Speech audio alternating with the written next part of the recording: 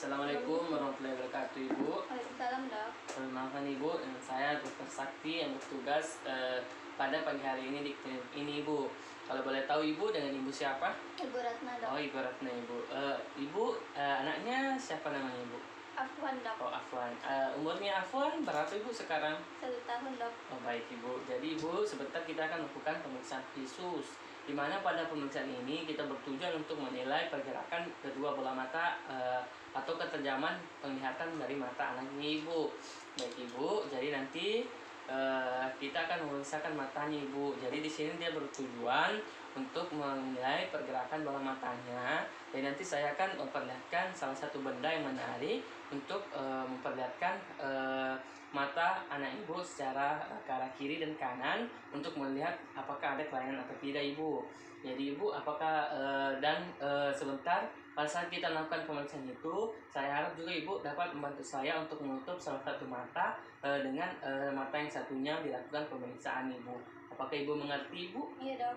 Baik, Ibu. Apakah Ibu bersedia kita melakukan pemeriksaan ini, Bu? Bersedia, Dok. Baik, Ibu. Jadi, tapi Afwan, Ibu silakan tutup matanya yang sebelah kanan dulu. Baik, adik bisa melihat. Ya, Ibu silakan mata yang satunya lagi. Tapi adik sudah. Oke. Baik. Baik, Ibu. Jadi dari hasil pemeriksaan yang sudah kita lakukan, kita melihat ada salah satu kelainan dari kedua matanya anaknya Ibu. Karena pada saat kita melakukan pemeriksaan, mata anak Ibu itu tidak mengikuti benda yang kita arahkan ke arah kiri dan kanan, dan itu menandakan hasilnya negatif untuk pergerakan bola mata baik di kiri dan bola mata kanan anak Ibu. Jadi Ibu, apakah Ibu ada yang mau Ibu tanyakan? Tidak ada, Dok. Baik, Ibu, terima kasih. Assalamualaikum warahmatullahi wabarakatuh. Selanjutnya itu adalah pemeriksaan refraksi subjektif, yang dimana pada pemeriksaan ini kita melakukan pertama kita lakukan itu adalah persiapan alat dan bahan.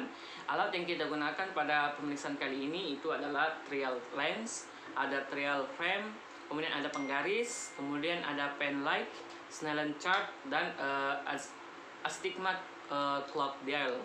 Jadi pada pemeriksaan ini kita bertujuan untuk menilai apakah ada kelainan atau tidak pada mata yang dikoreksi dengan menggunakan kacamata. Baik, pertama yang kita lakukan sebelum kita melakukan pemeriksaannya, kita melakukan pempis dulu. Jadi, kemudian kita melakukan dengan cara yang pertama, kita meminta pasien untuk duduk sekitar jarak 6 meter dari Snellen chart.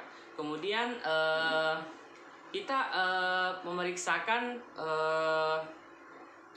distasia pupil, lalu kita pasangkan trial frame pada pasien dan lakukan pemeriksaan pada kedua mata secara bergantian.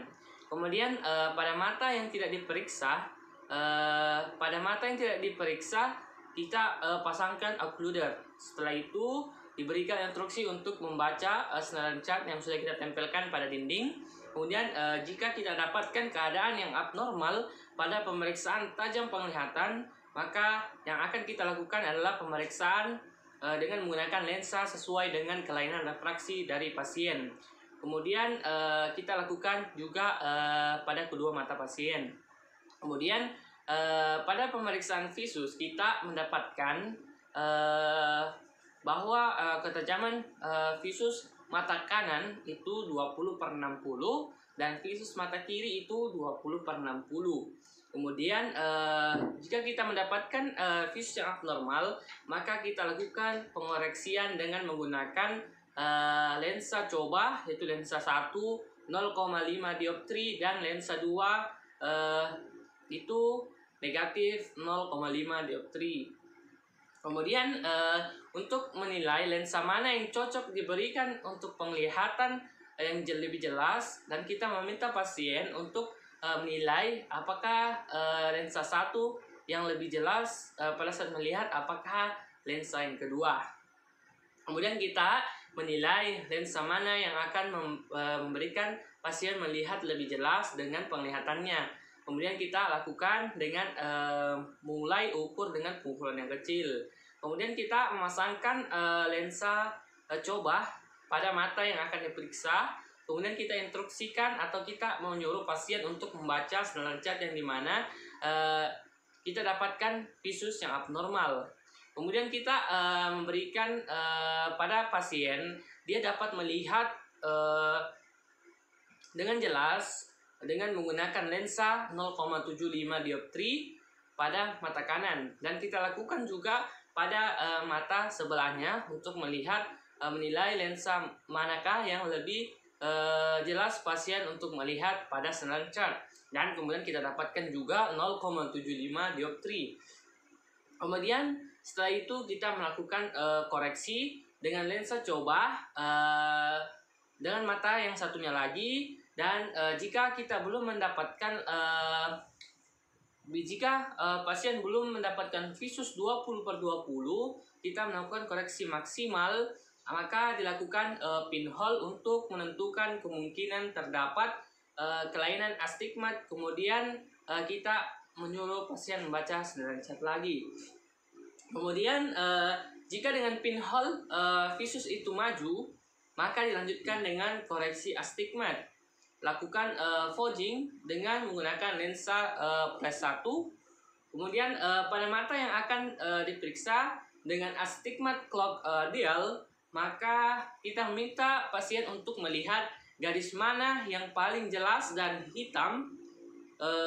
Bila penderita melihat ada garis yang lebih hitam dan jelas, maka aksis lensa silinder diposisikan pada aksis yang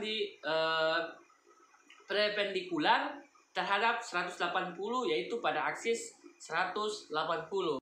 Kemudian kita meminta juga pasien melihat apakah pasien melihat garisnya apakah sama-sama semua hitam dan tegas, atau masih ada garis yang lebih hitam dan ada yang lebih tegas. Kemudian setelah itu kita melepas fogging, lalu kita cek kembali visus dengan menggunakan lensa yang yang telah dikoreksi. Baik, kemudian jika visusnya kita sudah koreksi dengan baik, maka kita lakukan hal yang sama pada mata kiri penderita. Kemudian kita menanyakan pasien apakah dia melihat dengan jelas atau tidak. Kemudian kita mencatat hasil pemeriksaan yang tadi. Kemudian pada hasil pemeriksaan ini kita dapatkan pada mata pasien itu terdapat sebuah kelainan yang disebut myoma, baik pada kedua mata, dan pasien juga dapat melihat dengan jelas dengan menggunakan lensa 0,75 dioptri, dapat melihat sampai dengan visus 20/20. Sekian dari video yang dapat saya sampaikan. Assalamualaikum warahmatullahi wabarakatuh.